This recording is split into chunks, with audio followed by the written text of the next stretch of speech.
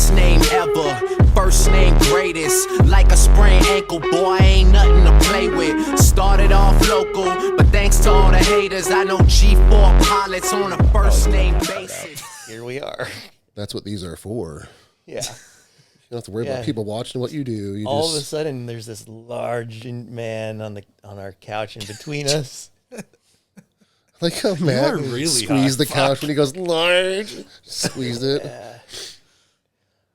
Talk about Brooke. How did Brooke do? How did the whole week go? Wait, I wanted to introduce you first. Yeah. Hold on. Yeah, nobody cares about me. He's trying to skip. He's trying to. What is he trying to do right now? He is making himself insignificant in this moment, and he is not insignificant. He's fading into the background. Yeah, we talked about this out there though. People were was like the guy that people are like, he's still there. Yeah. Yeah. I'm just here. Yeah. I should have wore just white, like the color of the couch, and just blended in. Then I'll be the guy that no one ever sees on this podcast. Yep. Here the whole time. Just don't show my face. Been here every episode, the whole time. So, anyways, this is Tavish Steele. Anybody that knows me knows Tavish because we have been best friends. Sister. Since what, 09? Yeah, since 2009.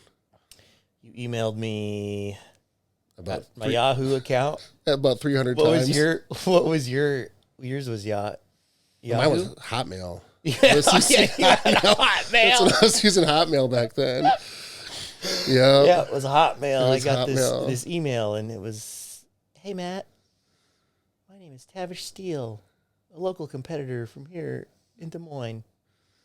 My friend said me that I was like, hey, I remember I put in the paragraph, I saw you on bodybuilding.com, the teen bodybuilder of the week. And I was like, dude, that guy's from Des Moines. He's like, if he can be that big, maybe I can be that big. Yeah. Okay, Nick. Like, so do you remember bodybuilding.com? Is that still a thing? Yeah.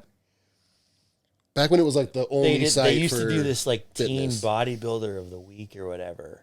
And I sent him my pictures, and I was teen bodybuilder of the week one week. And holy shit, if like social media were around back then, I would fucking be famous by now. Because one, I was at that point in my life where you're like, what's the word I'm looking for? I guess I had zero awareness, and like I thought I was the shit. Like, yeah, you're just super into yourself. An 18-year-old kid on fucking juice, and yeah, everyone thought I looked incredible, and I thought I looked incredible, and it was fuck the world. I know everything. You were feeling yourself, man. Yeah. So I won that, and back then it was like it was just email. So my email, I checked it one day. I didn't know that I had like won it or whatever you want to call it, and I had like hundreds and hundreds and hundreds and hundreds of emails. This was before him, but I had people calling my house, like my parents' house and stuff, like schmoes and shit. People offering me all kinds of money to do weird, like all that weird shit you hear about. Yeah. Gosh. The weirdest one, now that I'm really off on a tangent here, but that's fuck it. It's my podcast. He offered me $30-some thousand to be in a bear hugging video with some other guy in his backyard, and that's all he wanted me to do. And then he said you can sign a disclaimer or whatever, say that it won't be ever shared. I won't show it to anybody and whatnot, and just all kinds of weird shit like that. Huh. I'm glad that's the one you remembered. Because I just watched you going off. Like, here you go. 30 grand? Anyways, what if I would have shown up? What if that's how we would have met? I show up and he's like, Tab's the other guy. Like, come here, man. what a weird thing. What We're if I both would have making said money yes? today? What if Yeah. I would have said yes? You just show up, and like another thing I'm thinking about, people that do that kind of shit, like like nowhere in your mind are you like thinking, I'm headed to the airport to go bear hug like this other stranger that I don't know, and this other guy's gonna watch it and video it and have a boner the whole time, And that's what he gets off to. At no point are you thinking about that. And then you sit on the airplane, and then you take a cab, or I guess whatever you did back then. That's the shit I think about, and maybe that's probably why I say no. You would think every single guy that you saw, you'd be like, is that the guy I'm hugging? Every person on that plane, that's what I would be thinking. Yeah, what if you're going to the same place? Anyways, we show up and we meet, and we would have bear hugged, but that's not how we met. he emailed me years later. Continue. What an incredible tangent Yeah, sorry. for that to have taken. But okay. All right. Back to it. Holy Thank crap. God I never did any of that shit. Yeah. You know what I mean?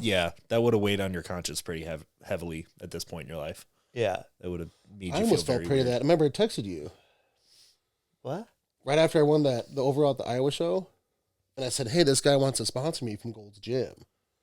And sent me like a online thing for clothing. And there was a stipend of like $2,000 a month and all this stuff. And you said, dude, go look at his Facebook profile. Oh, yeah. And it was just this fat, hairy. It was a schmo. Yeah. Yeah. Those are And, the guys that hang out at the shows. and yeah. And they're like, they come up to you and they're like, after prejudging, it's always when you get your ass kicked too and you go out to prejudging, you're just fucking disheveled. And there's these schmoes find you and they're like, hey, do you do any private posing? Like, fuck. Some guys do it. I've met plenty of guys that do that though. Tons, yeah, dude. They just don't care. They're like, yeah, I Of course do they it. They're like they're proud to say they do it because it's easy money. They don't have to work. Yeah. But anyway, so weird. you emailed me. I emailed you like a million times. I was so annoying because I just wanted to learn. You say that a lot, but I don't really remember that, so I must not. Maybe I thought it was a lot. I must not have been annoyed at all. Yeah, maybe I thought it was a lot, but a mutual friend of ours told me to email you. Yeah, my very first client, Monty Kaufman. Yeah, and he went to the same gym I went to, and I was going into my first show with another guy who was awful. Des Moines legend. Yeah, Bryce Holmes. I don't fucking like what. Yeah. His name was Bryce Holmes, and he worked under Dave Palumbo for some time, so he had every So client you were do on Dave keto Palumbo's diet. diet. Yeah. I was like 17 years old, and by the end of the prep, Do people your age know what Dave Palumbo's diet was? No. Okay. Nobody in my generation is going to know exactly what that means. Okay. do they know who Dave Palumbo is, or just No, they know who Okay, Dave Palumbo all right. is. They just don't know. When you say a term like Keto Dave diet. Palumbo's diet, you'd be like, gotcha. So it's- what is that? He was famous for doing a ketogenic diet or a modified. It's not Yeah. a real keto diet. The real keto diet, I say, is 70% and above fats, right? Medical keto. Yeah, medical keto. It was basically fat and protein diet is what Dave Palumbo did. So, and back then it was like earth shattering, you know. Well, he had like Tony Freeman. That was his like. When I was one of his guys that he always advertised, but he would also cycle your fats. Like he did a lot of weird. Yeah, but to your point, it's like, okay, well, who did he produce? The only guy I remember him actually that was big was Rashid Oldacree, Okay, yeah, but not like he wasn't a but good there pro. were people that made it despite doing, I guess, a ketogenic. Yeah. Oh yeah. Ketogenic. Yeah. He diet, never. but, like nobody. We all know, and Nick can sit here and explain why we don't diet that way as athletes. Like if that were to be, my point of saying that is, and I say this too when people bring up Milos a lot, like because everyone knows Milos is obsessed with insulin. Right. Mhm.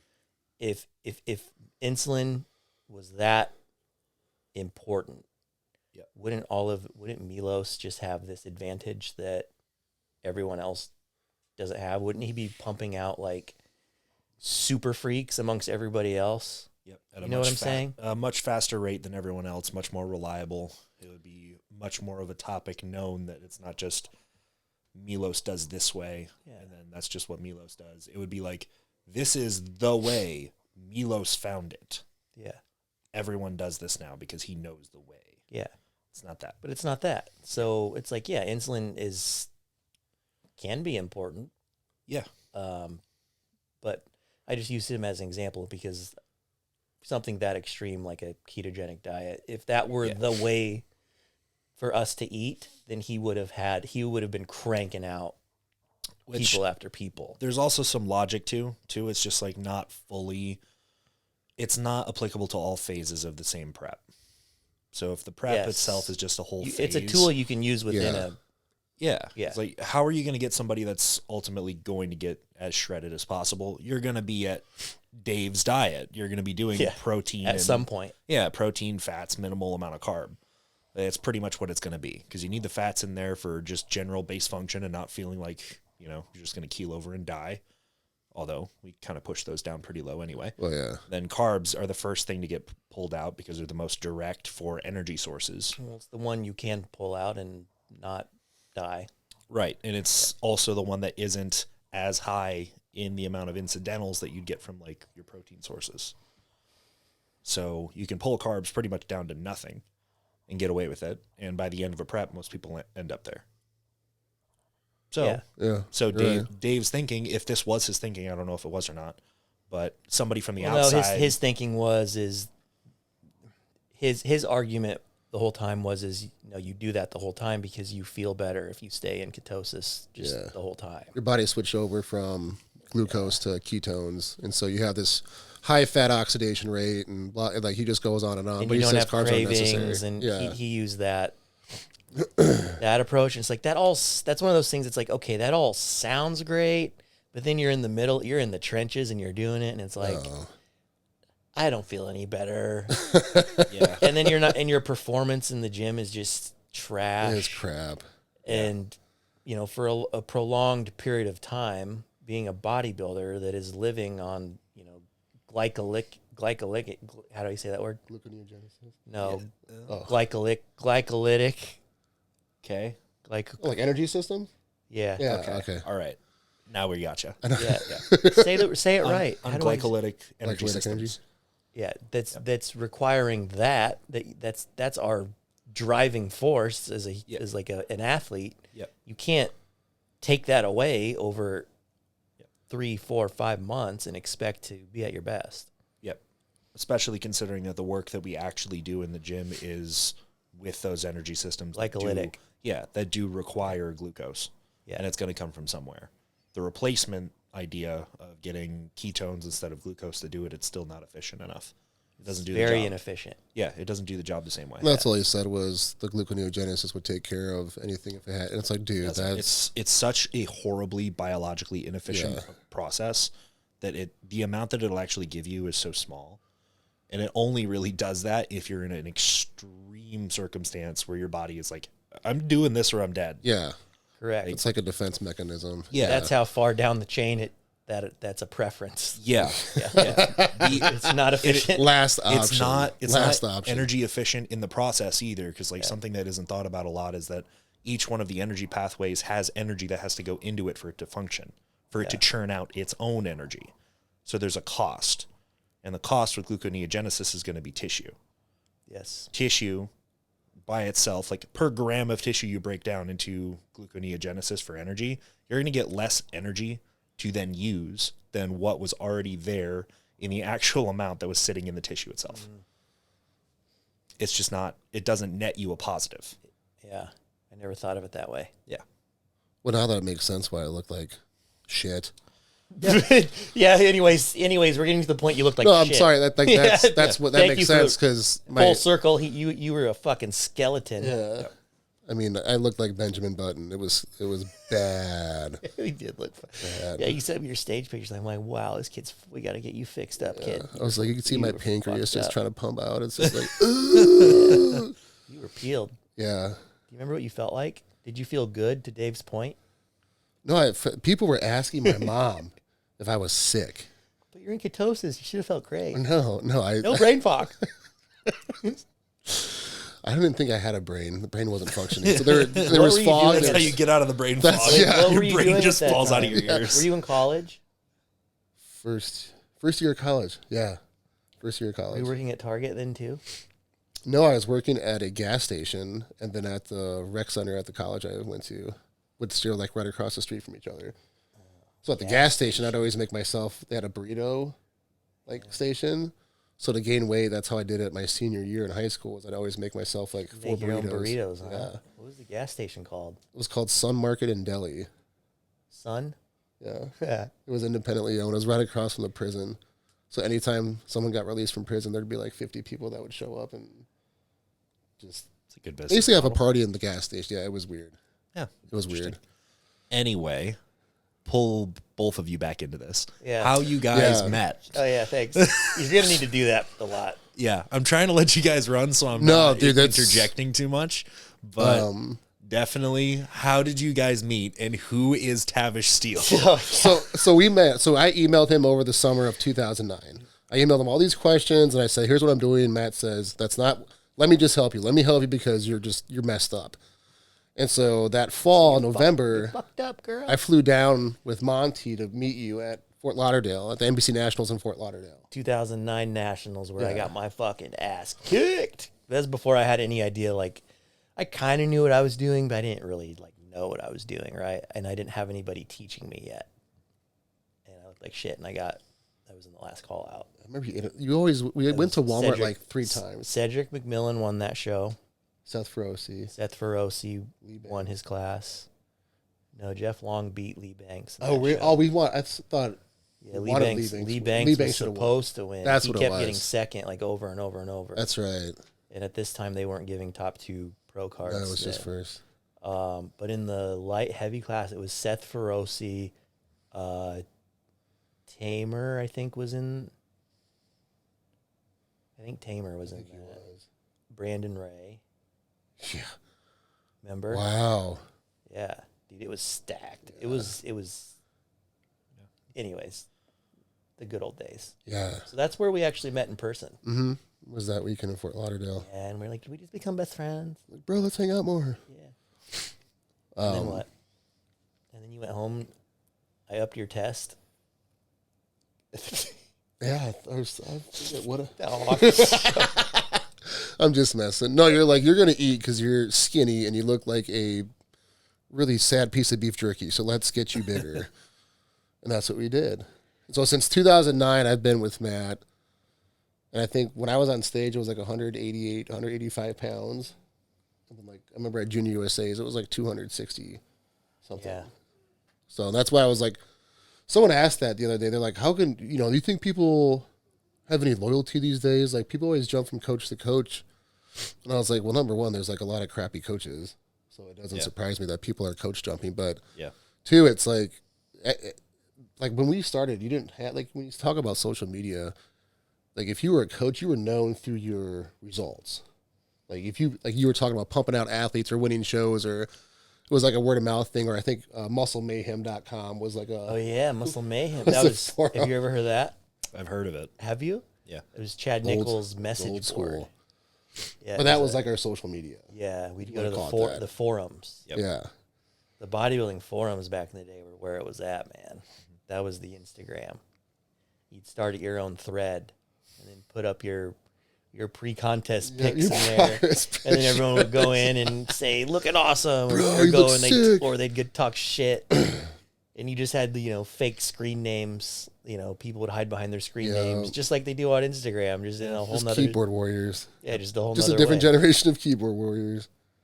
Yeah, But no, I mean, we've always had a great friendship and a great trusting relationship with what you've had me do, and you've taught me. I mean, I remember half the time I'd say, "What should I do this, or what do you think about this?" And you go, "What do you think?"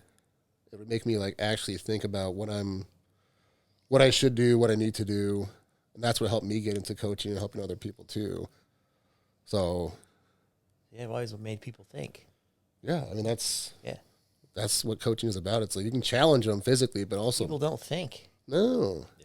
People don't like thinking. No. And that's a lot of that's by design, Well, yeah. and the way that the world is set up. But Well, it's also just a human, a mammal, an animal thing. It's much easier to follow a defined path than it is for you to make your own. Pathway of least resistance. Yeah. So, someone walks it in front of you, just hold their hand. but why would that be our innate thing to do? Because it's to preserve energy. Well, preserve energy, and it's just, I mean, 'Cause honestly, thinking- if somebody thinking- else is thinking walking, requires energy in a way that people do not like expending or Because I've lived both lives. I've lived a life of a fucking dumbass that just likes to sit around and do nothing with their lives. Yeah. Which is why one of the reasons why we're doing this is, and like why I'm so open about, like, I'll throw myself under the bus all day, man. I used to be a loser. Yeah. Like, I'm totally fine saying it. I was a wouldn't fucking say loser. Yeah. And, you know, at some point you got to be like, look at yourself and be like, I don't want to be a loser anymore. And then you stop and then you start thinking. Thinking's hard. Yeah. It's uncomfortable for sure. It's a long-term process too for what you actually want to get back out of it. So evolutionarily, if I were to go there, it's easier for people to be followers because there's distinct portions of the population that have different skills. And that's because of the way that they're actually biologically made up. Like the people that are natural leaders have usually some sort of a tilt into psychopathy that most other people don't have. And so in olden times, as we were going through our basic evolution, who was the leaders of the tribes and doing all of the stuff that nobody else wanted to do? It was the people that were tilted towards psychopathy that would just be like, well, here's the math of the situation. This is where we got to go. Say psychopathy, what do you mean? Meaning that they don't have like the same kind of social awareness. They're just like goal oriented completely. It's like, other people be damned. I don't care. What's going to go on with you? I don't care. What do you think is the root of that? That's just how the world is. Like genetics, it's a matter of statistics. Like it's the same thing with animals. It's the same. It's like there's going to be different splits of the population, and it's going to be different for whatever species it is. But they're all going to have certain percentage of the total population that tilt in different ways with their behavioral characteristics. Mm-hmm. And with humans, we have that too. And so the ones that are more tilted towards leaders are the ones that have a little bit of a tilt towards that psychopathy rather than others. That way you can kind of cut out a lot of the extra chatter that everyone else has. So like take the opposite. Somebody that's super empathetic is like the total opposite of a psychopath purely. If you're like a super empath, It's you, man. Well, if you're a super empath, you're going to have a really, really hard time with being able to lead people because you're going to be able to read into them what they're saying, but there's going to be a lot of people you're going to be taking that input from. And you're trying to always place what your thoughts are, what you're going to be doing versus what they're doing, how they're going to interpret it, and how everything ends up working in reality. So it's like you have biased thinking with others around you. Yeah. Yeah. So you're more tilted towards how do people then follow around and how do these as things you go? and I have gotten older, though, we've adapted. Like being an empath in that sense, it used to be a downfall. It can be a good thing to be an empath, but it can also not be good if you don't know how to like harness that. I feel like as we've gotten older, we've become better at being, just for simple terms, dickheads. And you learn through getting hurt when we need to be. Yeah, and once you figure that out, I think being an empath is still good. Yeah. Yeah. It's still relatively a good thing, but you just have to figure out how to be a dickhead when you need to be. Yeah. And so that bullish nature and being able to cut out everything that everyone else is saying, what their perceptions are, how they'll feel about it, versus like what actually in reality needs to be done to get where you're trying to go. The people that tilt that way are naturally that way. People that aren't that way naturally aren't that way. And so most people aren't that way. It's a matter of statistics. And so most people are going to generally sit in that middle ground where they're open to things. They'd rather be told where to go and follow to it. Yeah. Still feel like they have their own agency about it. So like they don't like to think like they're giving away all their agency and just holding someone's hand and getting dragged through to wherever they're going. They like to think that they have control over where their path is, but now at this point in time, we have so many different like little facets of our lives that are built in that are so separate from one another that somebody that is more sitting in that middle ground is totally willing, just like we do with almost everything else. It's like almost nobody in the world is a generalist anymore. Everyone's a specialist in something. Mm-hmm. And so, and that's not even just talking within one field. Like we could talk like anything. I'm like a training specialist, but I know all the rest of the stuff. And then there's people more so in the other fields where there's going to be there's people that are really good at functional med. There's going to be people that are specifically really good at nutrition and they could tell you ins and outs, up and down. Can they do all the rest of the stuff? Sure. But that's one realm of everything. How good are you guys at plumbing? Terrible. Don't know anything. I know how to clog. I don't know how to fix. Could you guys build a house if you had to? I can't build anything from IKEA. Well, I hate IKEA. It's the worst place ever. Well, there you go. So, do you have any problem with going and You hiring? saw me build. Right. So you go and hire somebody when your toilet's clogged and be like, fix it. I don't care what you do. Just fix it. Here's my money. It's the same thing for us. Yeah. It's like, for us, it seems like it's a bigger thing, where it is kind of a big thing because what we do encompasses pretty much the entirety of somebody's life to a degree, because we're looking over all their variables and structuring things and making their routine work. Dude, how come, dude, that's a perfect example, though, because I don't know any bodybuilders that know how to build that are like men's men like that. Like Paulie can build stuff. Yeah, you can. I've But built not stuff. a lot. But What- most. he's building like houses. Like he's doing. But I mean, like bodybuilders for the most part are not handy. No, Like we're not handymen. not unless you do it as a job, but like just Right. pick it up. Like no, Right. If it's your job, it's different. that's what I mean. Like they don't. Someone like you don't see most bodybuilders like I'm gonna go learn how to fix electronics, Right. or plumbing, or hardware or whatever. Like you just don't see that. It's more of a like hands or non-physical, as demanding skill. Yep. Which is usually some type of technological or some type of psychological skill. Like it's not as much hands-on. I just have no interest in that, in spending my time learning how to do that and then doing it. Yeah. And that's a general thing for most people. Most people are pretty much Like completely the 2 apathetic. hours it's going to take me to build this. That's 2 hours I could have been doing something else. right. But we have so many things that are like that.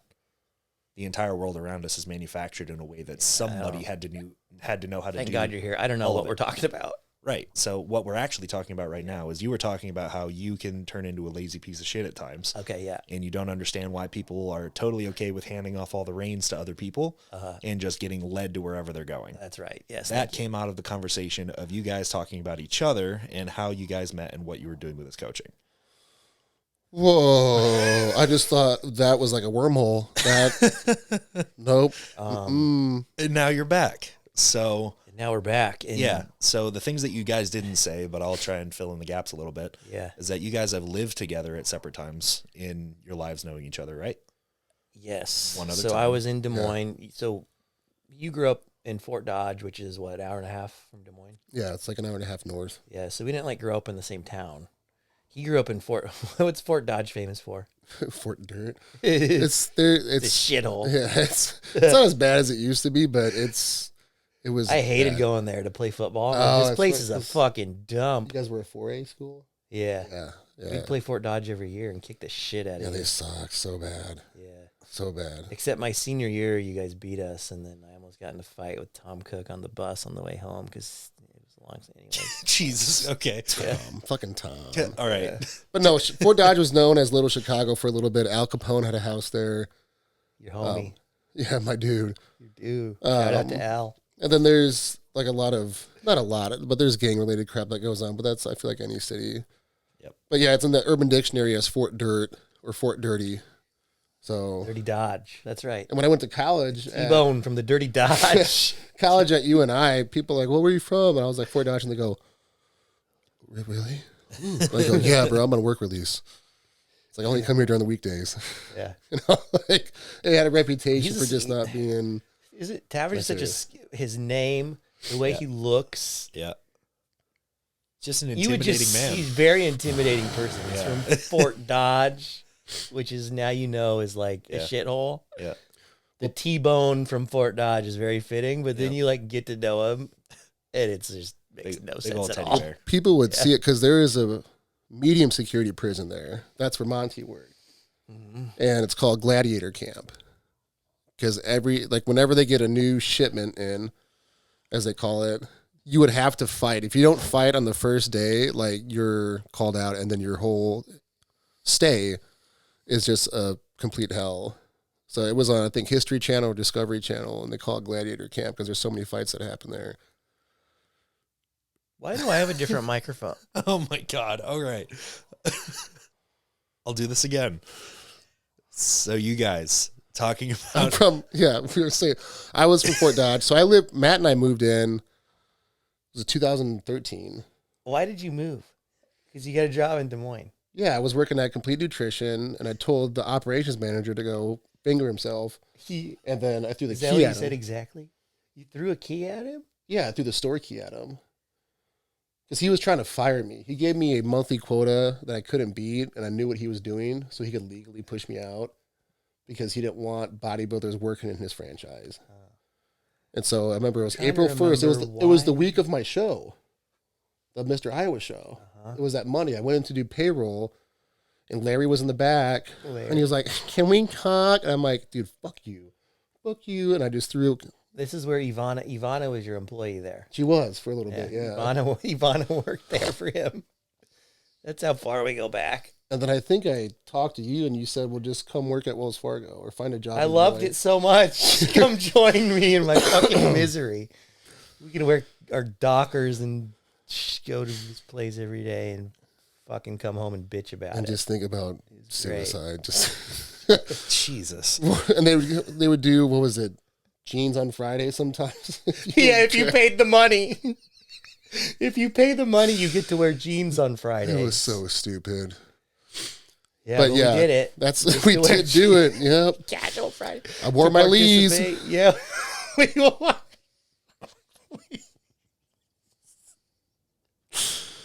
Oh, that was so terrible. Okay, and then... So we moved in 2013. It was like summer of 2013. Which was also the first year I got my first second at the USA's. So, like, that was a fun time.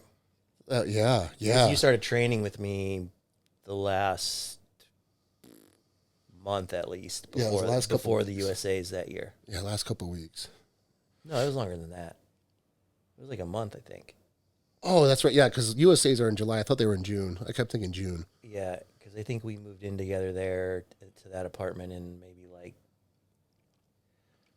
I base it off girlfriends. So I had Jen. Pharmacy Jen, yeah. Pharmacy Jen, yep. I had Pharmacy Jen. Elizabeth was gone. Yep. But remember, I still babysitted Berkeley there. So there was a very quick...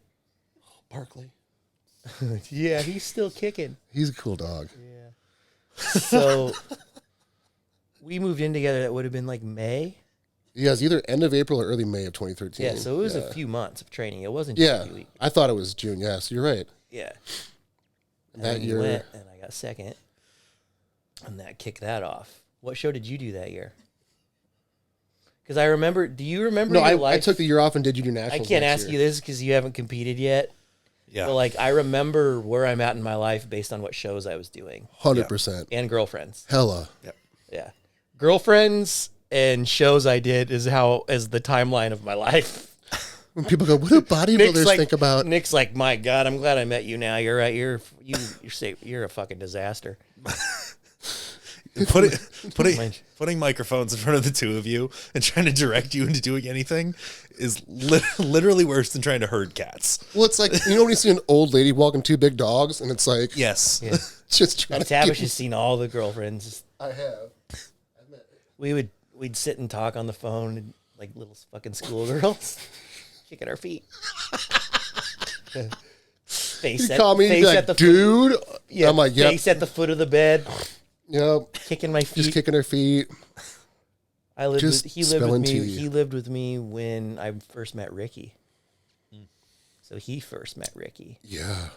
It was like a Thursday morning.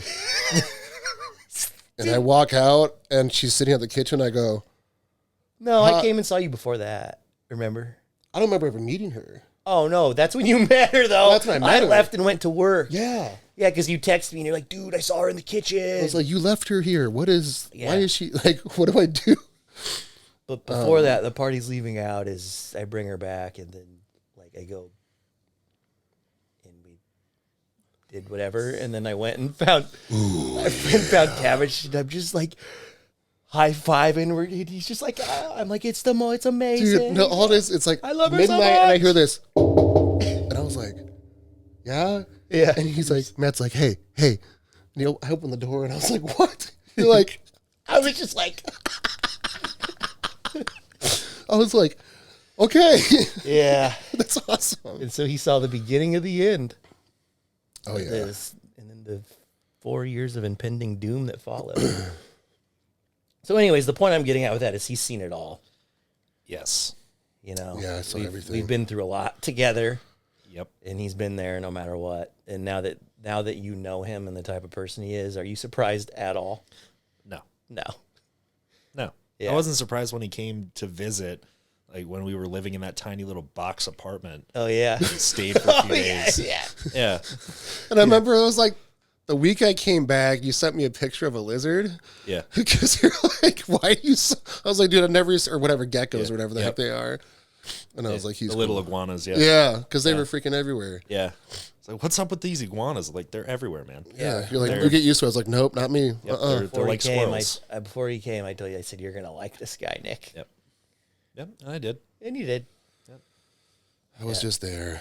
And we've been together ever since. And so last year, you got your first 10th place at Nationals. Yeah. And you never thought you could even do Nationals. No, because I remember, I think. And you beat some good people, too. And so that was a big moment for you. A 10th wouldn't sound like a big deal to a lot of people, but I know it was a big deal to you. Oh, my gosh, I think a lot of people can relate. Well, yeah, because, I mean, I have people ask me, too. They go, well, you ever think I can get on a national stage? And I go, well, whether you think you can or you can't, you're right. Yeah. I mean, that's kind of what you told me. Was you? I remember asking, this was like 2009 or 2000. It was right after we started working together. Well, anybody can do it. Well, yeah. But there's a point of you want to be up there and you want to belong. Yeah. And for some people, that's the pinnacle. That's the top. Yeah. You know, we all have our own genetic, I guess limitations would be the right word. We all have ceilings. Yep. In this sport or any sport that we do, anything that we're involved in. Yeah. But this sport especially, like you, if and that could be a whole nother topic of managing people's expectations, but you're someone that's practical and a realist and you understand where your ceiling is. You're not coming to me saying, I want to be, we just went to the Olympia and he's not coming back saying, I'm going to be up there. Yeah. No. Yeah. I know my ceiling is I very hate hearing low. that shit, man. Like,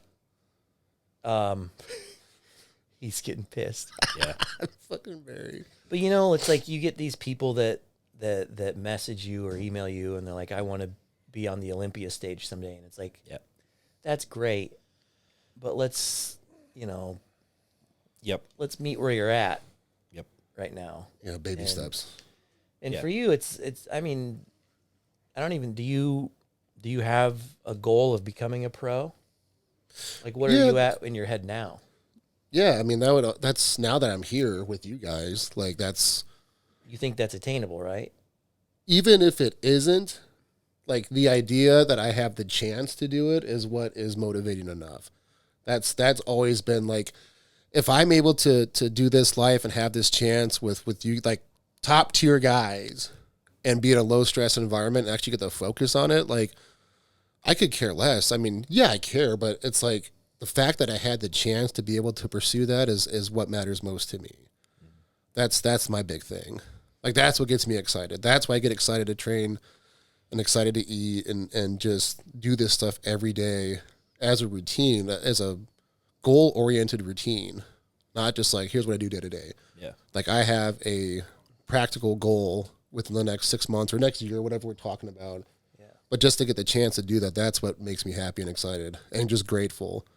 Even if it lasts for 6 months, a year, 2 years, what doesn't matter the timeline, just the fact I was able to do it. So I can look back and say, yeah, like I tried. And for people that Had the chance. they don't know what you were doing before this. For how many years did you have this? So you left, you followed Faith to Pennsylvania in what year? So Matt and I lived together up until 15?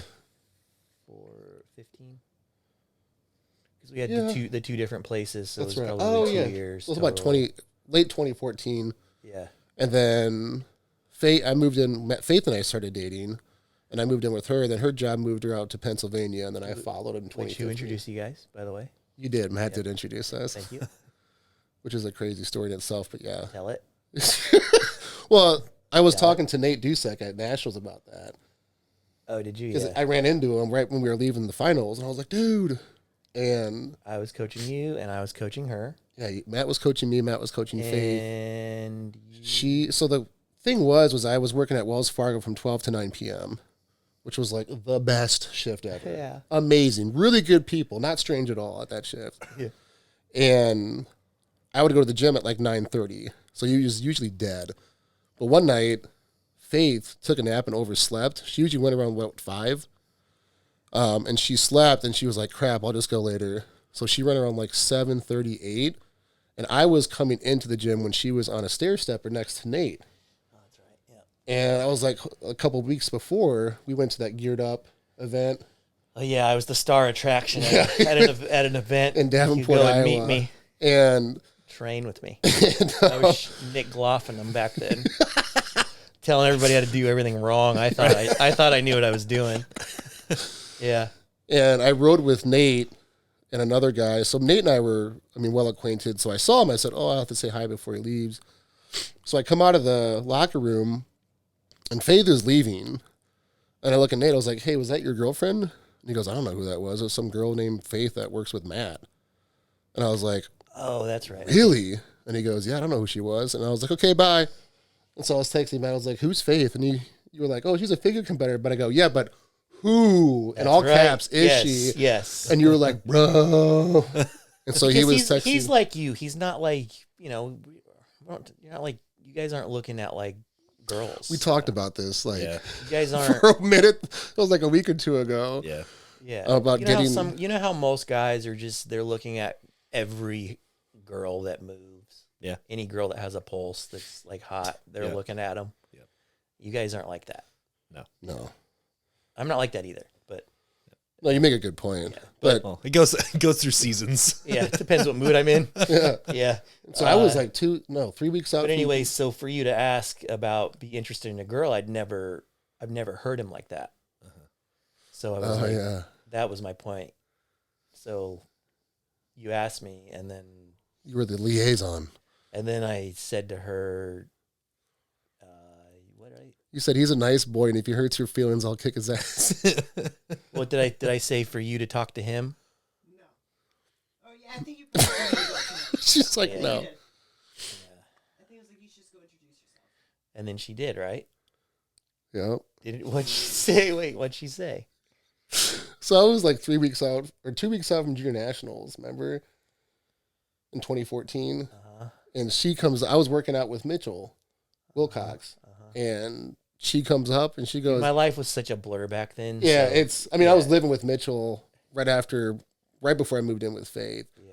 So we're working out, and she walks up, and she goes, hi, are you Tavish? My name's Faith. And I was like, who wants to know? Like, just not That to me. smooth. Yeah. As smooth as sandpaper. It was bad. Tavish had no game. Who wants to know? No, so I was like, yeah. And then I introduced Mitch to her, and they were talking because something about tattoos. So I just went to go working out. I just went back to it. And we get home, and Mitch was like, are you going to... So you're talk to saying that girl? I hooked you up, and then she talks to you, and you blew her off? Yep. Like, you threw up the assist, and I just stared at it like... I remember this story actually. Oh, I think we did tell I it. do remember this. So bad, dude. It was bad. And then what? Well, then I went up to her like 2 days later, and I was like, can you take my progress pictures? Oh, yeah.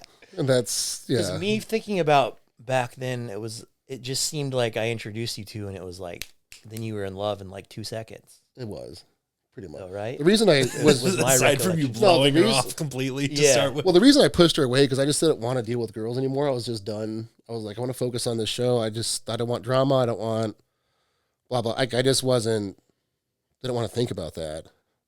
And then after she came up and introduced herself, I couldn't stop thinking about her. And I was like, I'll go and talk to her. Like, just see her tomorrow or the weekend or something. What was your first date? Where'd you guys go?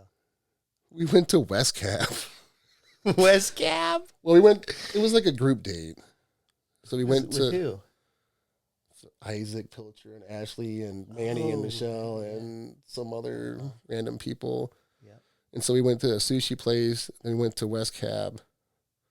And then we went downtown, and that's when I told her, I said, right before we went on the date, I said, sometimes guys touch me. I told her guys, random people in public touch me. Because it happened so many times that year. To all of us. Yeah. Do people ever touch you? No.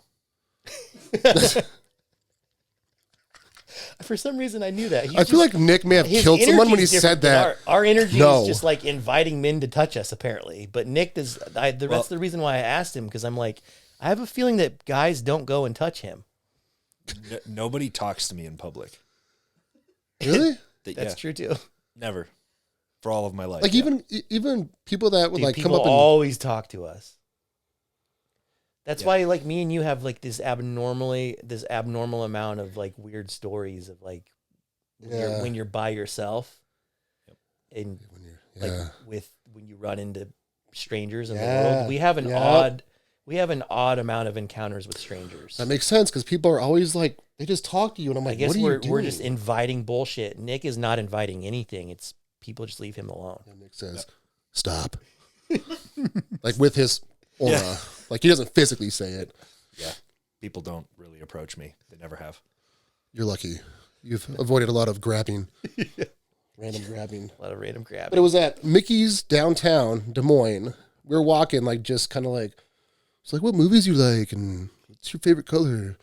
And some guy comes out and grabs my tit, like cups it.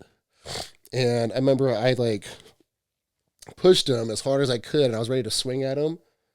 And his buddy comes up and grabs me. And Faith grabbed your arm. She's like, no, she just kind of was like, yeah. And then I got this guy grabbed me, and he's like, oh, he's drunk. And I was like, he's about to be dead. Like, get him away from me. And if it wasn't for her, I probably would have just let go. Like, I would have just went apeshit on this guy. Yeah. Because when she was we were walking away, and you had your hand on my shoulder, and it was like bound. And you're like, you got to relax. You got to relax. And it took all night for me to just chill out. She changed you completely. That was like a Beauty and the Beast story. That's crazy. Yeah, that's basically. Now she knows to circle back to your guy about bear hugging. Girls don't hit on me. Guys hit on me. Yeah. And they ask me a lot of weird shit too. Yeah. It's not fun. Unless you try to like fuck with them and negotiate. Just to see how much they'll pay. Well, you fit the look that are probably a lot of like schmo fantasy. You fit that like schmo fantasy look. Yep. Hate to tell you. Yeah. Yeah, that back. A big old, I love how Nick's like, yep, yeah, big bro. Old bald beard. Yep. Put on some fucking look like hop on a Harley, some biker clothes. They probably turns them on. You're saying this like you know that. Tav, you're tall. I do you're know. Very wide. You're very muscular. Yeah. You have the shaved head. Yeah. You have the well-cut beard. Yeah. Jason Statham. Like, yeah. There we go. Okay. There you go. Like, I'll accept that. Yeah. If it means I get hit on by dudes for the rest of my life, I'll These accept gay it. guys You're just a wanna hot be- commodity They just for want that to be community. fucking punished by you, man. Well, that's gonna cost. I'm gonna You want to start- talk about specialty versus general? Like, Start pimping you out. yeah. That's what I should have been doing this whole time. Well, there you go. You have the larger client base. well, To all clients. the bodybuilding world is a strange one. Yeah. So that weird underbelly is always there. So, anyways, you followed Faith to Pennsylvania in like 2015. 15. It was April of 2015 is when I moved you out guys, this is another thing I wanted to showcase, is I wanted you to talk about what you guys have done together. You guys did a lot. Yeah, because you actually brought this up originally to bring up what he was doing prior to moving here. Yes, I wanted And people... why it's such a massive thing that he's Yes. here doing this. Correct. That's the point I want to get to. Thank you. Yes, you're welcome. there. So, not Nick. Faith and I were living in... I'd be honored. What Tavish. was... God, I want to keep... I'm sorry, I don't mean to like put this here, but I just like... You're fine, dude. I want to like... This is not comfortable, so... I don't care. Just, will you rub my foot? Actually? Jesus Christ. Bear hugging. Yeah. What was Faith doing out there? So for she work? was working for a company called Kemin Industries, which their headquarters were in Des Moines. And Kemin is a global company. They have their hands in literally everything. But she was specifically working in the bovine division. And she was a sales rep, so her territory was basically from Canada to Florida. So we were in Harrisburg, Pennsylvania. It was kind of like a central location for her, and then for her business partner that she worked with, Mike. Before she moved, did you guys talk about him moving out there or no? I did. No, but amongst you two. Or did you just leave? Did you just leave? Or like it wasn't serious for you? You're just like, I got this boyfriend and I'm just gonna leave? Because I guess when I think about it, I assumed that you guys were at a point where you had talked about it, and I assumed you were gonna move there. But I guess I don't really know. I was doing volunteer work for Wells Fargo one day, which means you just don't go to work. Oh, the volunteer thing, yes. There, yeah. Where they let you do that two times a year, yep. Yes. And you just basically just go to an event. And then you pick up a piece of paper and you leave. Yep. And I got her coffee, and so I go to her office, and I walk in, and she was in a meeting with it was either the new boss or I think it was the new CEO or somebody. And so I was like, yeah, I'll wait. And you come out, and I'm like, hey, blah, blah, blah. And you're like, I'm moving to Pennsylvania. Yeah. It's like, and then the girl at the reception was like, are y'all going to break up? And I was like, no. And Faith goes, we haven't had that talk yet. Yeah. So how long were you guys? So much crap happening. Okay. So how long were you guys together at that point? A couple months. What? 3. It was that fast? Yeah, dude. It was like boom, boom, boom. Okay. So yeah. You were already set, Tavish. Oh my gosh. Yeah. I knew I was going to move out there. But you knew, but she didn't. She didn't So know. it was like an unspoken. You guys didn't really talk about it because that's like a weird timing to like. I don't think we did. Well, you couldn't have because that makes more sense. If you're only Yeah, we together a few never- months, you can't really have that conversation with somebody. It's just kind of like, Yeah. We never had that talk. But I remember when we moved you out, and then I came home, I didn't sleep in our bed for 4 months. I slept on the couch for 4 months straight. And that's when I knew that I was like, I can't stay here. And you were the only person I told. really? Dude, I had people texting me a year after I moved to hang You out. moved? No way. Yeah. Remember, I was telling her, I was like, this guy still thinks I live in Des Moines. I guess I just I understood the severity of it, and I knew that you guys were in love, and so I just assumed that you were gonna move, and there was no really question in my mind. Yeah, it was. But it now was that assumed, I but it was never think talked about about. it. Now that I think about it, that had to have been a big decision. But to me at the time, it seemed like a no-brainer. Well, yeah, I mean, I was like, I don't have anything here. Yeah. I'm not loyal to Wells Fargo. Yeah. So I But just you didn't did. care. But so you worked at Wells Fargo for a little bit out there. Yeah, it was a lateral transfer as a mortgage Lateral processor. transfer. Yep. And we were both miserable, like just freaking miserable. And so she brought up the idea. She goes, why don't you try, you always talk about the nutrition store. Because when I ran those stores in Eastern Iowa, like I had control over that. Yeah. Like I was able to do a lot of stuff with the community, like a lot of pay it forward type, and then help people, like what we do now. Yep. But that was kind of like my first way to actually help people was from a nutraceutical standpoint, and then get to meet people and talk to them in the store. And they just didn't like that because they didn't want us to be an information center. It was, you sell the CTS 360 weight loss kit for $289.99. Do you guys have Complete Nutrition where you're from? No. It was more like a Southwest, Midwest, and I think it stopped.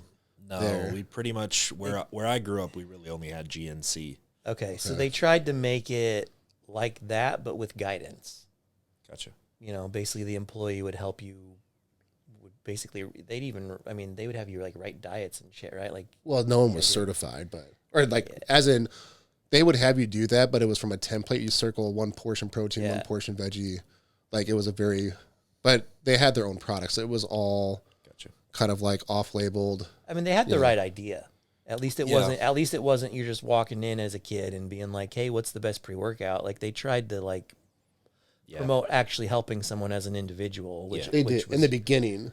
And then the CEO's nephew, Eric Weedle, is the one who bought up almost all the franchises. That's when it became a money mill. That's why I wanted to leave, because they stopped helping people. They were just pumping out, which makes sense because they went bankrupt and whatever. But she always talked about, she kept bringing up, you always talk about these stores and how much fun you had meeting people and helping people and, doing all these things with the community. Why don't you do that? And I go, well, that's insane. Like, we don't have the money, connections, time. We don't have any of that stuff. And it was the end of August in 2015. I remember it took me 45 minutes to get out of my car to go into the office, which was like a 5-foot walk. I just sat there and just was like staring at a tree.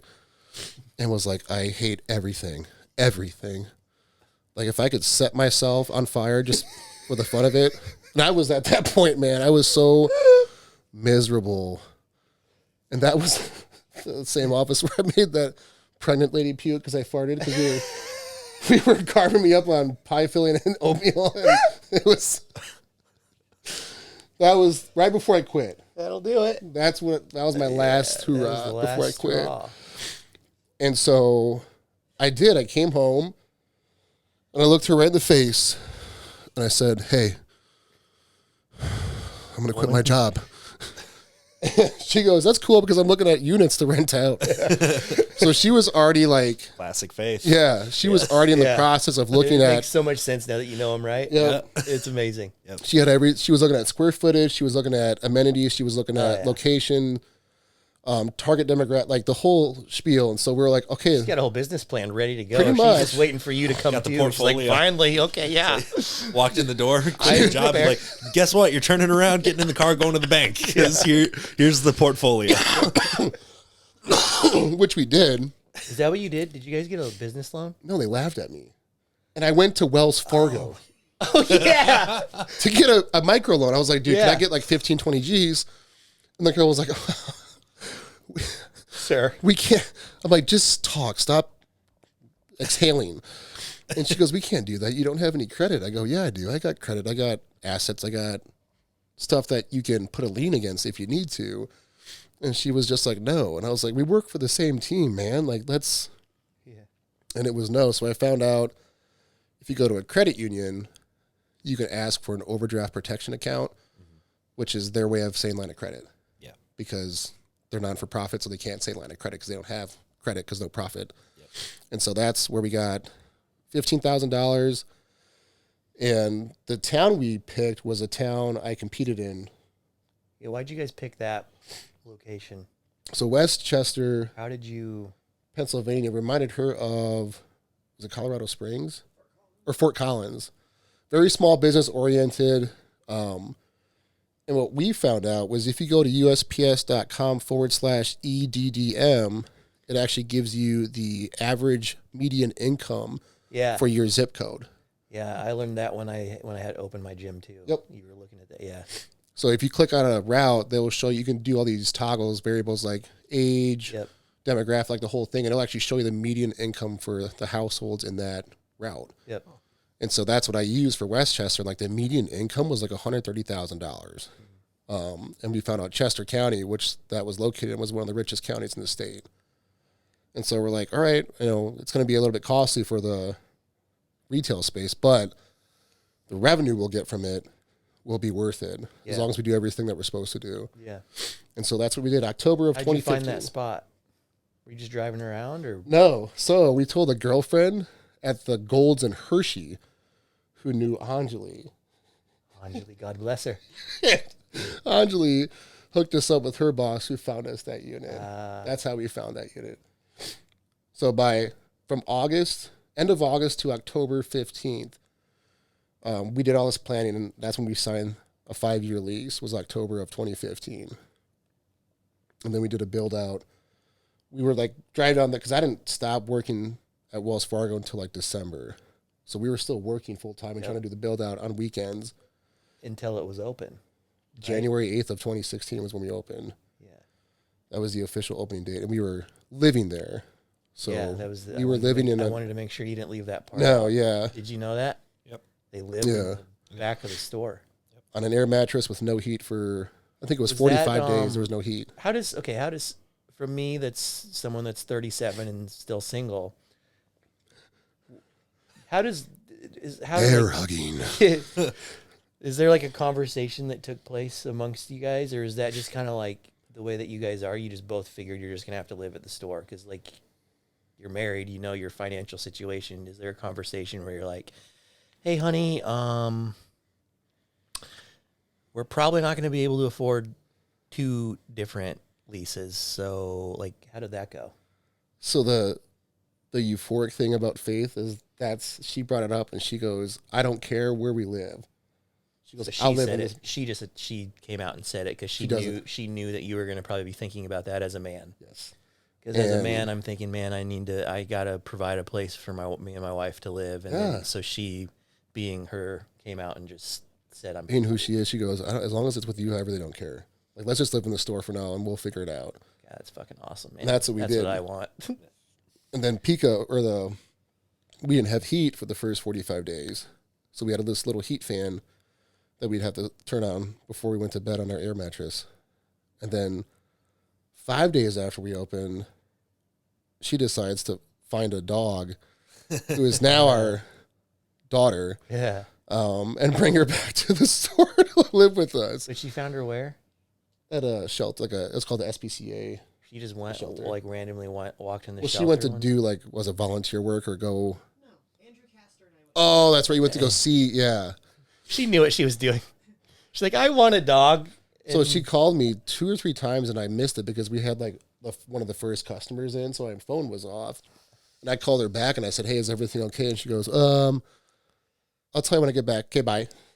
And I was like, shit, she's going to bring a dog home. So she pulls up, and I'm just standing there waiting for a dog to pop out. And she walks in, and I was like, where's the dog? And she goes, well, she can't come home today. She has to get spayed. And I'm like, oh, my gosh. So I go out the next day, and, I mean, Rhea, she's the same way she is now as she was then. So I was like, all right, like, let's. Hey, wait, so how are you guys cooking and stuff?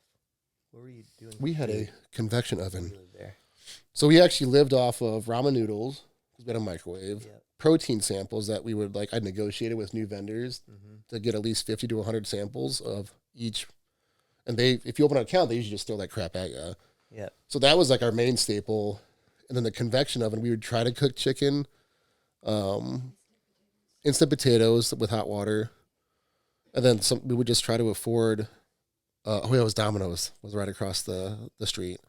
Oh, yeah, you get $5 pizzas from there, huh? So if we actually had customers that day, that's what we would do. And then we'd watch movies on her laptop, and that was how we lived for almost 5 months. What was it like at the beginning when you first opened? Like, meaning, like, what was the response like? Did you have customers coming in? Were you busy? We had people on the first 2 days because of people that came to visit us from. Because I want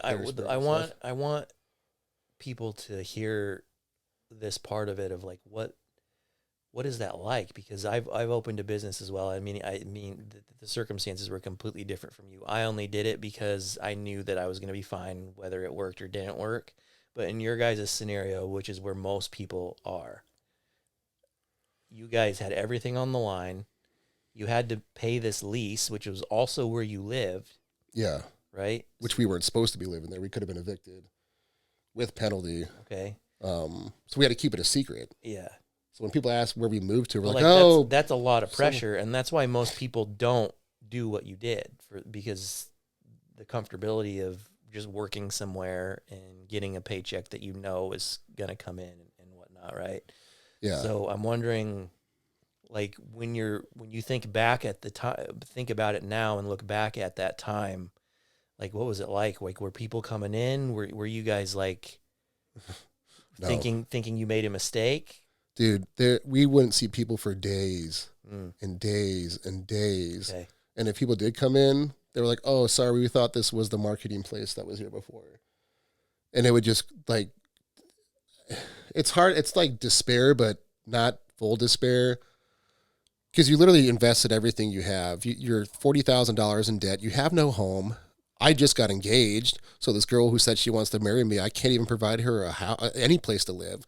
There's no heat. We have this dog. We can't eat because we don't have a kitchen. We don't have laundry. I don't know what to do. And there was nights where she'd be sleeping on the air mattress, and I would just start bawling, dude. It'd be 3 o'clock in the morning. And I'm like, this girl that says she wants to spend the rest of her life with me is sleeping on a fucking air mattress in 30-degree weather with a heat fan. Like, what am I doing? And that's when I learned to become aggressive. Like, very, very, very aggressive. Yeah. And the thing is that when I tell that to some people, they get so like, oh, like, I'm like, no, man, like, the most commonly used camouflage for aggressive is ambition.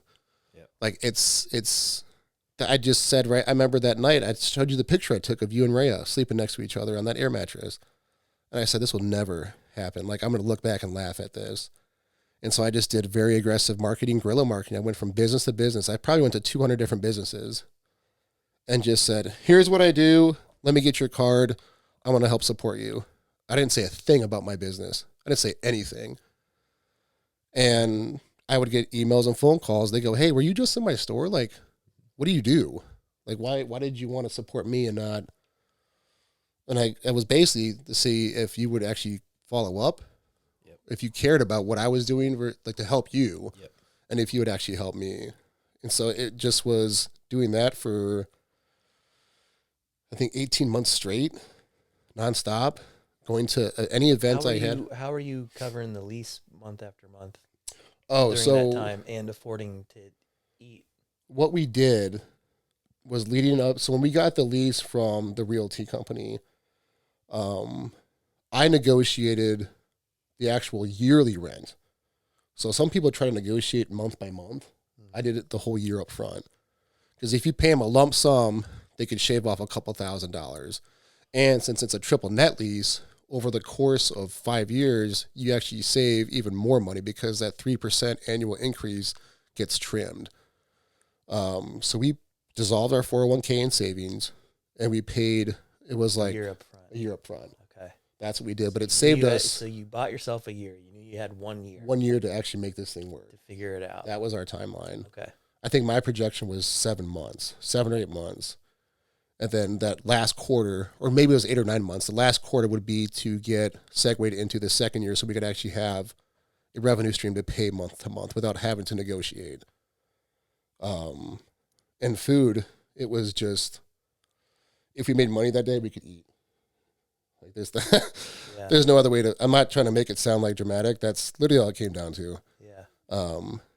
Because there was days we would eat maybe once, sometimes twice if you were lucky. And that's when people ask like what the best diet to go on is. I say, go open a business. Because I think I lost like 30 something pounds. I mean, I got real shriveled. We weren't really working out.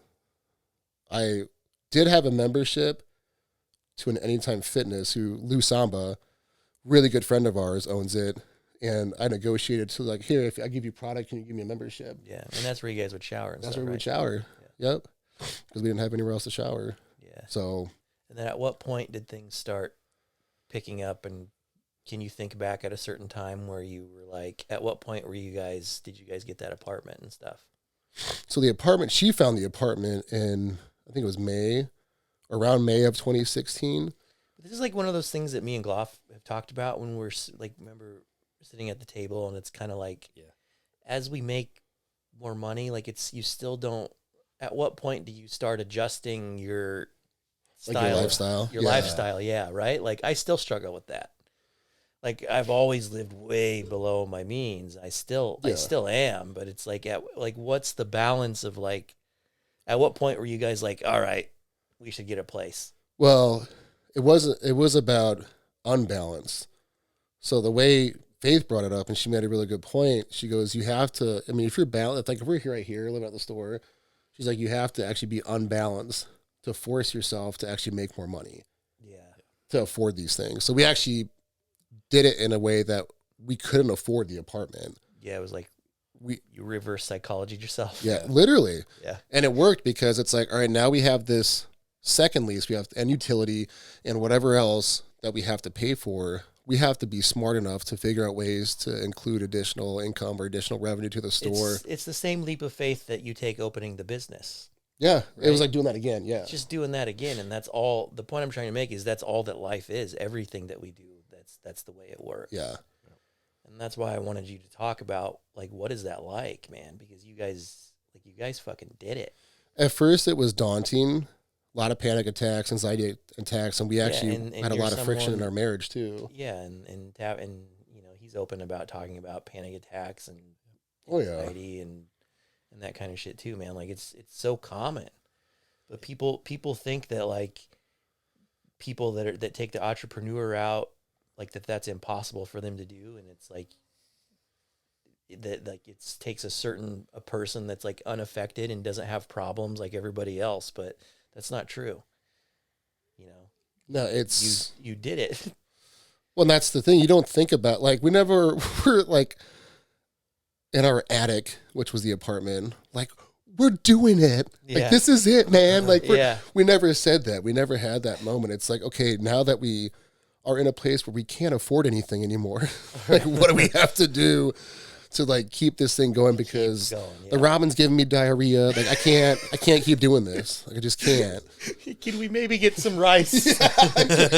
We can now afford rice. Can we get normal food? and sometimes cream of rice, Anything. sometimes bananas. Yeah. And our Yeah. dates wouldn't be to a calzone spot. Like we could actually go on a nice dinner and not go to some fast food chain. But how many months did you live in the store? It was around 5. It was around 5 months. Okay, so about month 5, enough is enough. 6 months in, and then at what point? So you had the store for how many years? 7. That's a long time to run a Yeah. brick and mortar store. And then at Most what- businesses that aren't a full franchise fold way. I would before that. imagine. I don't know. Do you might know what is the average length of time a business stays open now? Usually it's not even 2. 2 years. or Depends less? on like your business model, your investor, like how much actual funds you like. But the average statistic is about 2 years. Yeah, I knew it was low. Yeah. And I mean, that was before COVID. I don't know what it is now. I have no clue. Because we were looking at 3 days. expanding in 2019, and then obviously that didn't work after. But instead, we opened a gym. Yeah, which was in what year? It was April 7th of 2019. Yeah. Yeah, because she just got back from training from the military, and I surprised her with a gym. So we had that. So the gym was a private. It was like a studio boutique. Like that's what I licensed it as. You kind of fell into that space too, right? I'm trying to remember how you. Yeah, it was. My gyms, lawyer- we all want to open a gym. That's all of us want to do that, right? Because it's just like That's what having we your know. own stuff. Yeah. Yeah. We're all opinionated, so we all want it to be for our That's people. there you go. That's Yeah. why. Yeah. Yeah. So any true meathead that says that they don't want to own a gym or they never thought about owning a gym, I find that hard to believe. Or you're just not really a true meathead. Yeah. I think a lot of them probably just don't care enough if they say that. Or they've thought about it and be like, that's a headache for me to even think about doing. I'm just not even going to do it. Yeah, just going back to the That's the thinking point, they just don't. because you hear people. I wish I had my own gym. And it's like, well, you're saying that now because it's busy, or because a piece of equipment's broken, or So Yes. you- he did do it, and he found this badass.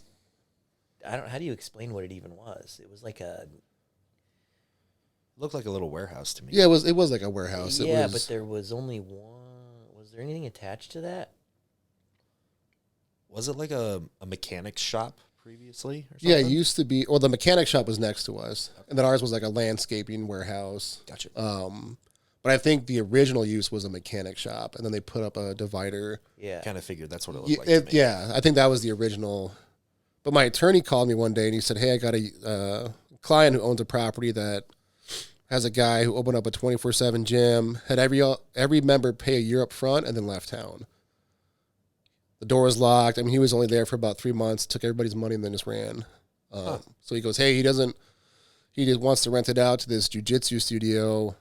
He has all this equipment. He goes, do you want to take a look at it? And I go, well, I'm not going to buy it. He goes, I don't care. Just, I want you to give me a valuation of what you think this is worth so we can take it to public auction, blah, blah, blah.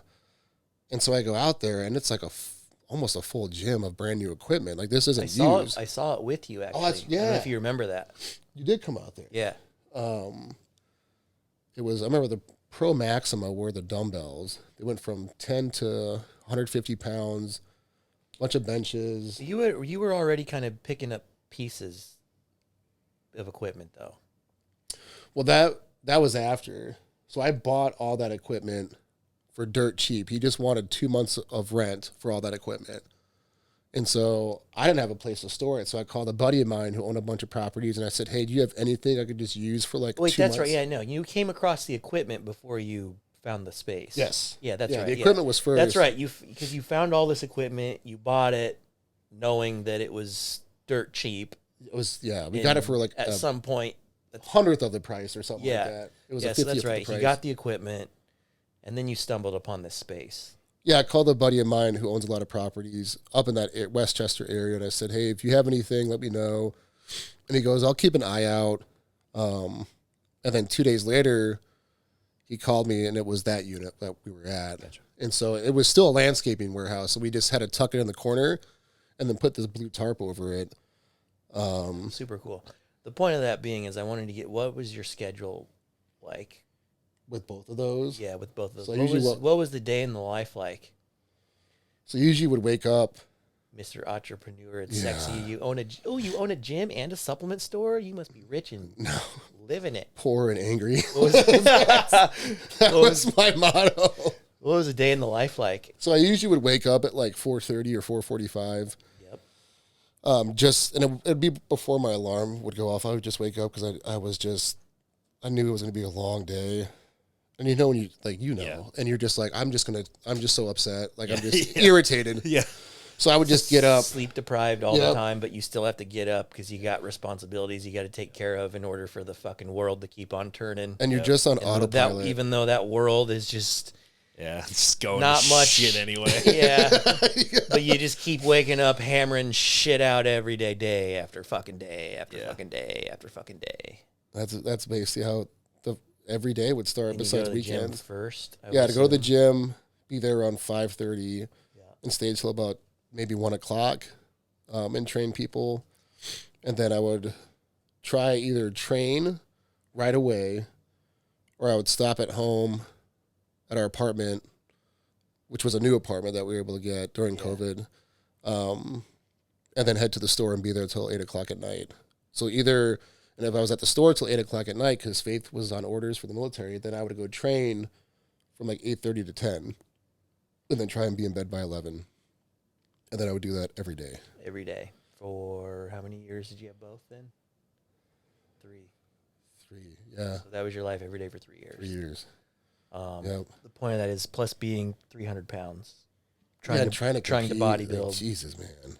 And just this vicious cycle that you were in, this circle, it was almost like, it's like, for what? You know, like you weren't seeing, it's like, what do you do next, right? I'm getting to the point where I want you to talk about why you decided to move here. Yeah. Well, like I think I was thriving off of stress. I liked being angry. Because that's what kept me moving forward. Like powerful. I mean, it's an energy. So I was just angry all the time. And I remember telling you that. And I was like, dude, I don't know why. I'm just so angry. I just can't.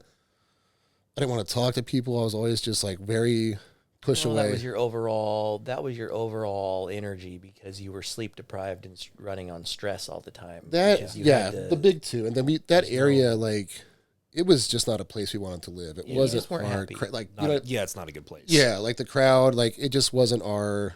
You just weren't happy overall. No. And this is another very valuable lesson that I want you to talk about is because while it's really like a full circle type thing because it's like you took that plunge to go from that most people are scared of, but everybody dreams of, which is working for corporate America and then creating your own life and being an entrepreneur and living that type of American dream. You were doing it, living it, in the middle of it, and then to realize, you had the awareness to be like, this sucks. Yeah, like really I'm not happy. Yeah, like I'm not happy, and is it worth it? Is this what I want to keep doing? Because most people would just keep doing it because they feel like once you're in that deep, like you just keep doing it. Yeah, it's like there is no other option. Sunken cost fallacy is what that's called. Thank you, sir. Say that again. Sunken cost fallacy. And once you've invested so much into something, doesn't matter what it is, it feels like it's impossible for you to leave it because you've sunken so much into it that the cost of you leaving it, no matter what the prospect might be outside of it, is just too large for you to even comprehend doing. Yeah. So you don't. Yeah. But you can, when you're in deep like that and you're in it and you're living it, you feel like that's not even a choice. So, yep. I think that was the catalyst was when I knew it was a choice. Yeah. And that was after Vegas. after we competed at the USA's, and I just looked like When just gross. amongst you and Faith, like, were you guys talking about this for months before, years before? We were talking about it after 'Cause nationals. it's kind of one of those things where it's like you don't say. It would be one of those things like for me, it's like I don't want to say this out loud. Like I don't know if I want to keep doing this anymore because Yeah. once you do say it out loud, Yeah. then it's real. Yeah, Yeah. yeah, and we didn't want to like have any burden on each other of like I Yeah. don't want to fucking be here anymore. Right. So Like how did that? we both knew that we weren't happy. Yeah. That was the thing, but we didn't never physically said like, all right, what do you want to do? Like, do you want to get the heck out of here? Like, what do we? Yeah. Yeah. What are we What's gonna do? next? Yeah, that we Yeah. never. But it was after doing the USA's this past July, and just seeing like how bad I looked, and I mean that as in like with stress. Yeah. Like, I mean, you know, stress too. I mean, Yeah. you can I don't attest know to if that. you know this, but I asked him at one point. I was like, can you, because I wanted him to just not even do the show because I knew things just weren't gonna, nothing was working. Yep. And I knew it was going to be a challenge to get him in shape for that. Like I knew it wasn't going to happen, but I was like, okay, it's okay if you don't pull through with this. Like it's totally fine. But Yeah. he, of course, being him, Yeah. Yeah, I just Had never to do it. Yeah, went through with it. just too stubborn. Yeah. But we flew back to Fort Dodge after, and you just start thinking clearer. Obviously, when you get like food and Yeah. whatever back into you after a show, and I saw my parents, and I was just like, we didn't see her parents for almost 3 years, and we were just kind of like walking around, like driving around Fort Dodge and just doing stuff, and we just kind of looked at each other at the same time. We're like, we can't know. Like, what are you doing? Yeah. What are Yeah. we doing? Like we're missing out on everything, right? And that's what it was. It was the reality of we were in our own little reality for so long. That's everybody, man. We all get Oh, like yeah. that. Like I'm in my own shit, you're in your own shit, you're in your own shit. But that's like the beauty of like why we're doing this, and Yeah. to sit down and just take the time, like force yourself to like slow down, because what is the point of us being so busy and driving ourselves so hard and doing this go all the time if we can't even take the time to sit down and enjoy each other, Yeah. which in my opinion is the most important part of life. Yep. Because all we have is each other. Yep. That's all that matters. Yeah. And I think it just takes some people to be pushed to a brink to realize that. Well, And some people won't realize it. the difficult part of it is that there's always the dichotomy that's there. It's you probably knew the whole time, like what's actually important isn't Oh, yeah. the businesses. Yeah. Like you knew that people are the most important thing, but like Yep. you can't actually fully embody that and acknowledge it while you're living in a life of scarcity. Yeah. You can't. And If that's you- what it was. Yeah, I mean, we couldn't go to holidays because someone had to stay at the store or at the Right. gym or, who's going to watch Rhea or whatever. Right. Yeah, we had to miss out on a lot. Yeah. It was like that sunken cost fallacy where we didn't, that's all we had. If we weren't there, It was weren't gonna making crumble. money. Yeah. And it was going to fall apart. Yeah. Yeah, you can't sit there and enjoy everything that's around you when Oh, yeah. you can anticipate, like, okay, I'm not doing this right now, and in the next moment, everything that I know that affords me the ability to sit and enjoy collapses and everything is gone. My life is ruined. So until you're at a place that you have enough that you could sustain being able to have those moments, you don't ever think about it. We all know that that's the important thing to do. You're right. Yeah. But while you're going through it, it's like, well, you don't know if you're going to eat tomorrow because Yeah. you weren't making the money that you knew consistently you could. It's like, you're not going to be thinking about, oh, this is just a great time right now. Like me and, you and Faith just sitting there with Rhea, this is a great time, isn't it? Just I love living it both of you up. so much. It's like, yeah. When it's like the money you make too, like we were churning money, but it was all going back into Right. the business. It wasn't like you make anything. Which is even worse. that was Yeah. the That's frustrating That's worse. part. Yeah. Being able to see all the money come in and then it's just like, oh, where's that going? Bam, gone. Yep. Yeah. Okay. We got And 3 you're- leases you're to just- pay, and you we were had a credit cards. hamster on a wheel. Yes, that's what it was. It became you were just making money to pay off whatever bills or whatever debt, and it was just that every month back and Just forth. so much scarier than having nothing. Way worse because we talked Yes. about that when we had nothing. We were actually happier Yep. because we didn't have as much stress or responsibility or owe as much. It was just we made what we could, and when we did, we celebrated. Yep. It was in our own little way, but when you were making, And that's the beauty of being a kid. And Right? Just being a kid, man, like you're just completely unaware and pure to any of that. There's no responsibilities. I had such a short time of that being real for me, so I can't relate as much. Yeah. But Didn't get you missed out on that. yeah, I did. Yeah. Yeah. That happens. Yeah. But that was, so you came here, and you've been here 3 months? We got here beginning of October. Yeah, so about 3 months. Oh, so now. about 3, yeah. A little over, almost 3. And during that time, it's been when I think about it now, it's probably been a tough transition for you to go from being Can't see on camera. Faith is over here, doing as she all always is, laughing at the struggle that he's about to have to explain this. yeah. Let me explain to you how miserable I am so my wife can laugh. Yeah.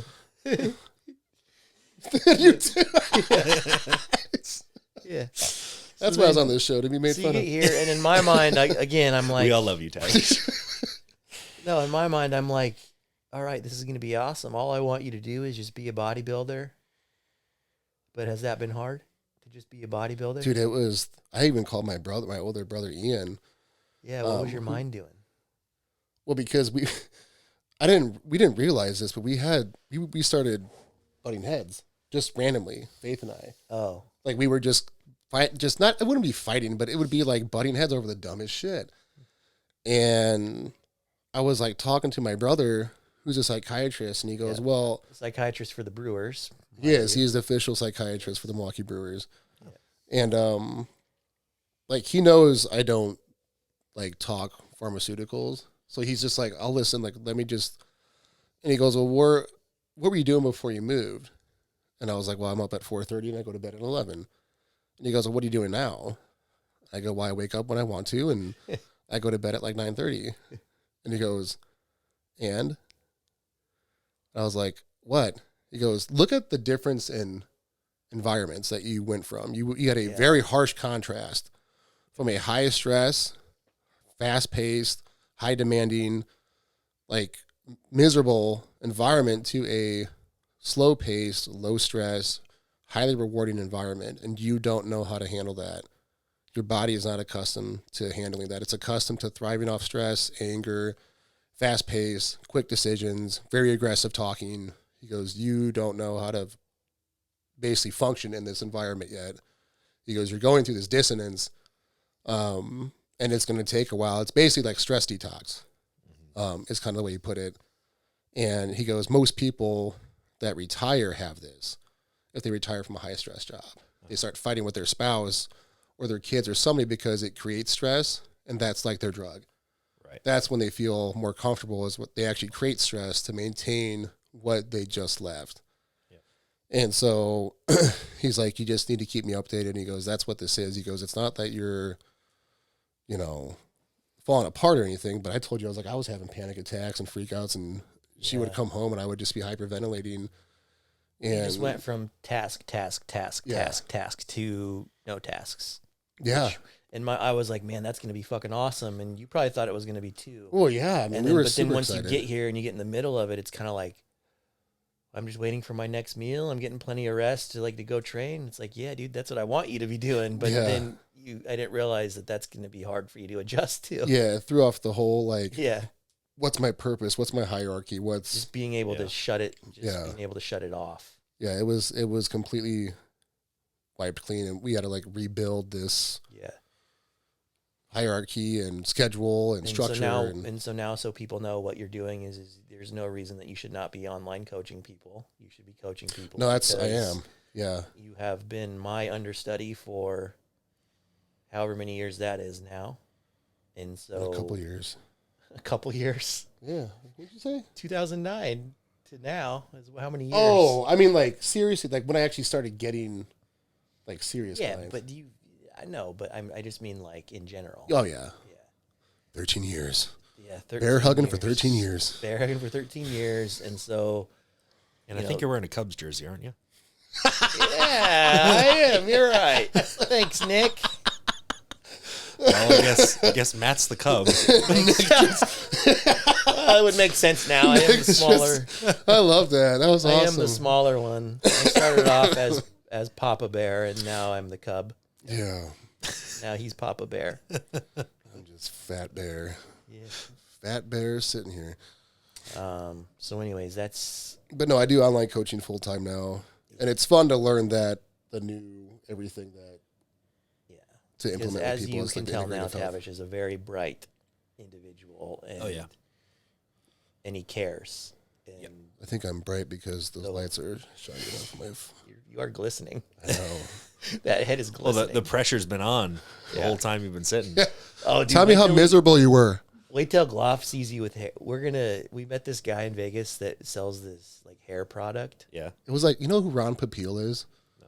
He does late night TV commercials, and he has the set it and forget it oven, and then spray on hair. Ron Popeil, look him up. But honestly, though, like we were legit impressed with this guy. This guy. Like I think it might we might have became friends with this guy that's going to revolutionize the hair industry. This guy had spray on hair. Yeah, you just dump it on. Yeah.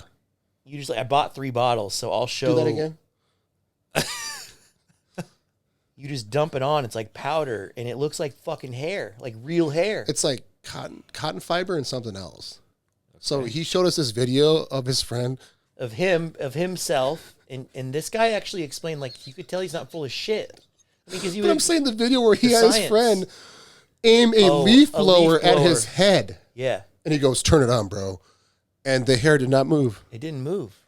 I bought 3 bottles, so. I mean, it looks like there's a bunch of baby don't spiders worry, in there, can- but it's So what I'm getting at, Nick, is we can master on your brains out. Don't worry. DHT all day. Yeah. Anyways, we're gonna get T-Bone a full head of hair. Gold chain. I'm gonna get it like my hair, like mine. It looked like a yarmulke. It's gonna be Just on my head. next episode. He's gonna have a full head. All right. I will. I'll do that. Grow the beard out. Yeah. Look like I lived in the mountains for 7 years. Anyways, that was my plan this whole time. I just didn't want to tell you were going to be the main topic of discussion because I knew you'd be nervous. I probably would have just So I stayed just- out of it I just told you that you were going to just sit here and observe us talk. and just glisten. But we just made that whole thing. Now I'm glistening. But we just made that whole thing about you because one of the reasons I'm doing this is, like I said, I want to put my friends on, and I wasn't going to keep having these episodes and not have you on here because you have been, the best friend I've ever had in my life. Thank you. Yeah. And, No, it means like we were actually talking about this, and like there's nobody more important than you or Faith in my life, and I wasn't going to keep having these episodes without showcasing you guys and for everything that you guys are doing for Nick and I. Yeah. You know, like we monetarily can't express how much we appreciate you yet. Yeah. no, that's never been the at this point, but you guys are the driving forces behind all of this, and I'm never gonna not make sure that you don't feel appreciated for that. I know. And We're a and family. I know he feels the same. Like we're a family. Yeah. That's what this comes But down that's to. like and real. That's like real family, Oh, dude, that's it's I'm hard to. I'm positive that I will never feel as if I have squared away my debts to you guys ever. And I remember we had that car ride back from the body, and you said that, and I was like, dude, we're not like this goes back to even when we started the store or any business. It wasn't for money. Like that's why coming down here was for you guys. Yeah. Like we didn't come down here for money. Like that's never been the bedrock or common denominator of anything. That's how we all. That's how we all are. That's what I mean, though. That's why it's like. That's why we're aligned. People can say the shit like if I eat, you eat type shit, but really, really, no. But when it comes down to it, that's what we are. Yeah. And for the two of us that are exactly like that, to have the both of you guys that are like that to like the nth degree. Yeah, it's uncomfortable. Speak for myself. It's like it's uncomfortable because you guys just do everything, and it's like, guys, I love that you're doing all this, but like, chill. I'm never gonna be able to pay you back. Like, well, this kind of goes back to like what I just said about not having things to do Like this, especially for Faith, like she didn't go to school for sound to be a sound technician or a website designer or a videographer or a graphic designer. She learns that stuff just by being interested in it. Yeah. So it's like with all this, like this helps feed her creativity. And that's what my wife is. She is very creative. And that's when I knew we had to move because her creativity was gone. And I knew that was going to be the death of my wife. And I couldn't see that anymore. And so that was another thing too, where it's like coming down here. It's because the move wouldn't have been as successful if it wasn't fulfilling for both of us. Yeah. And so doing all this stuff for whatever, like it's helping everyone. It's like, yes, it's stressful at times and blah, blah, blah, but it's a you stress. Like it's a positive stress for us to get things done. It's not like it was up in Pennsylvania. But it also makes it different. Like, when you're doing stuff for people and you know that they appreciate it, like you really know that they appreciate it, then you really, you don't mind doing it. You like doing it. And that's how we all are with each other. It excites us to do it, to know that we do it for you guys and that you guys appreciate it. Like that's exciting for us. Like we look forward to doing these things. Yeah. Because we don't feel like we're getting used like we were up in Pennsylvania. And you will, yeah. But even like Nick and I knowing that, like I still I want to try to make sure that you guys know that you're appreciated, whether that's through words or whatever. It's still important you have to like say it, Yeah. I know. I love you guys. Otherwise then it does become abuse. Yes. Yeah. Yeah. That's what makes You're right. it. Yeah. That's what makes it abuse, is if we didn't acknowledge it. Yeah. That's a good point. Yeah. Yeah. You That is both a were good like, point. oh, don't mention it. It's like, no, we have to. No, yeah, no. You shut your mouth. Yeah, Yeah. you shut your We're mouth gonna- we're gonna and mention you it. accept it. And you accept it. Yes. You accept my gratitude, God damn it. I'm not Yes. abusing you. Just shut Yes, up. This is not abuse. That's what we're doing. Yeah. No, I appreciate that. We appreciate that. Yeah. We do.